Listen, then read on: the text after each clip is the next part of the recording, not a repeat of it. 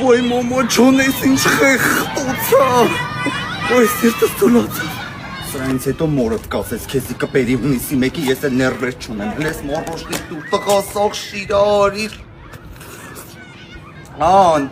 Ձյան հունիսի մեկա որոշեցի քրոջս երեխուն այս անգամ ես տանեմ մանումենտ երեխեն ուրախանա։